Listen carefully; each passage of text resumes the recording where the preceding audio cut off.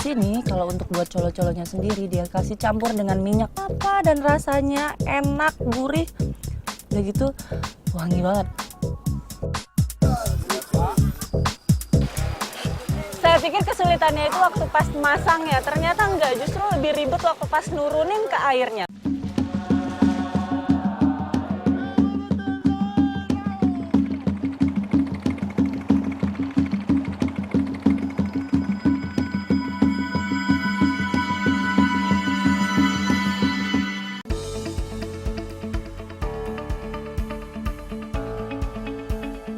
Berbeda tempat, berbeda pula kebiasaan masyarakatnya.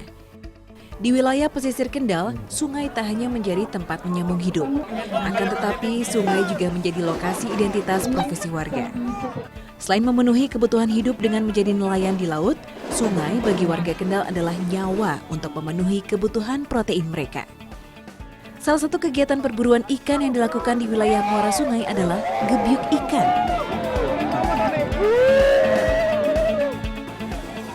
Nah ini yang saya bilang, jadi memang acara tahunan. Nah biasanya dilaksanakan itu Agustus, disitulah puncak ikannya banyak. Tapi kali ini dilaksanakannya sebelum puasa justru. Nah kalau misalnya kita lihat ini jarak sungainya nanti sampai 1,5 kilo. Panjangnya nanti akan sampai 1,5 kilo mengarah ke laut. Nah kita lihat ikan-ikan apa aja yang bisa kita dapat, yuk.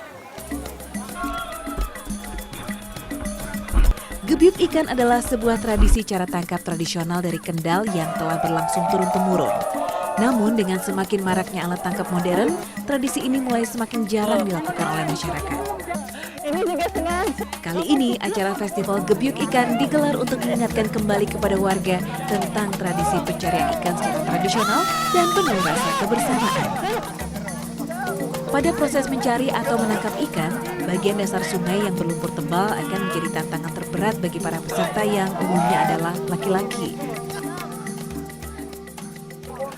Jadi Sungai Bulanan ini memang connecting dengan laut, jadi memang terpengaruh dengan pasang surut. Nah ini kondisi surut, segini airnya.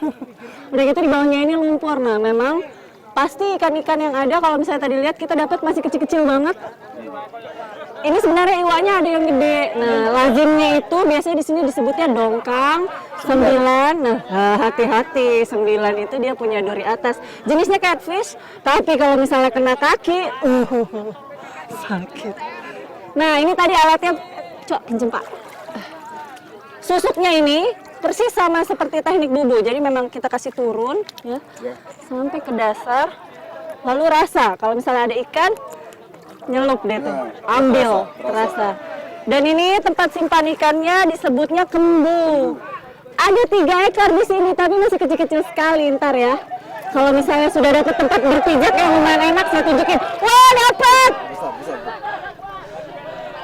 Wah, seru! Ayo, pergi!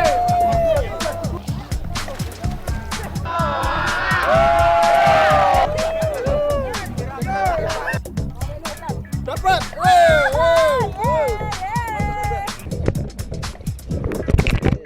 Nih, kalau berasa ada, ini dalam kayak gini. Ada. Yeay! Apa itu? Ikan apa? Ikan ute. Ikan ute namanya. Nggak kelihatan jelas, nanti ya kita lihat terakhir ya.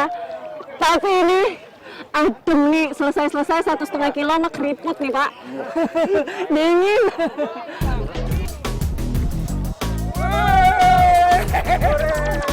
Pada acara perburuan dengan gebyuk, bukan tentang ukuran seekor ikan yang berhasil ditangkap. Akan tetapi, tradisi ini adalah gambaran kearifan lokal masyarakat yang terbiasa menangkap ikan dengan cara yang ramah lingkungan, tanpa setrum, tanpa pukat, dan tanpa racun ikan. Faktanya, cara tangkap tradisional adalah salah satu metode yang paling aman untuk menyelamatkan ekosistem sungai. Dengan metode seperti gebyuk ikan, ekosistem sungai akan terjaga sehingga spesies ikan dapat berkembang biak sempurna. Ini sebenarnya masyarakat pesisir yang sudah terbiasa melihat ikan, tapi giliran ada acara gede begini, semuanya ikut andil seru-seruan.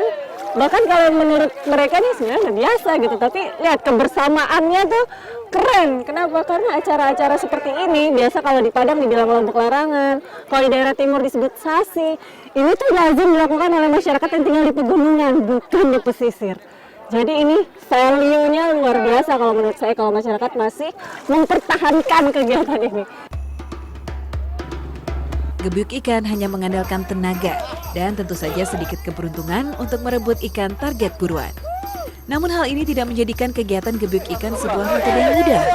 Tak heran kegiatan ini hanya dilakukan oleh para pria.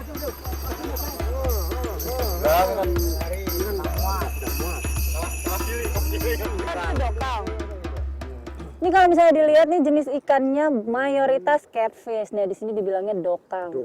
Nah, yang jarang ada tapi tiba-tiba muncul ya ini nih jenis-jenisan kakap ini. Dokang, kakap, belanak. Ini kan belana. Apa nih yang kecil-kecil betek? Apa tadi? Ute. Ikan ute. Ini yang ikan ute ini. Ikan ute.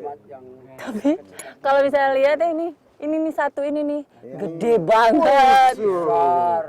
Ini wah paling besar nih. Ini duri atasnya juga bahaya ya, Pak? Bahaya. Nah, hati-hati. Ini bahaya.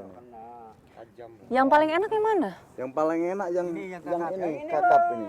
Kakap. Kalau ini untuk sayur asam pedas. Baru enak. Kalau yang ini boleh tahan. Pokoknya jenis-jenisannya dia ikan payau ya, karena ini memang ketemu dengan muara, di laut ada laut juga, jadi memang ikannya bervariasi. Si besar berkumis ini dikenal dengan nama dokang oleh warga sekitar atau nama umumnya sembilang, masuk ke golongan ikan berkumis atau Plotosidae. Habitatnya banyak ditemui di perairan tawar hingga payau. Uniknya sembilang, ia akan menyimpan telur dan anakannya di dalam mulut. Bagi para pemancing ikan, ini sangat mudah ditangkap karena pola makannya yang sangat rakus. Oh gini. Ah sini Mbak, ini ikannya 3 kilo Mbak. Wah berat. Ya. Gebyuk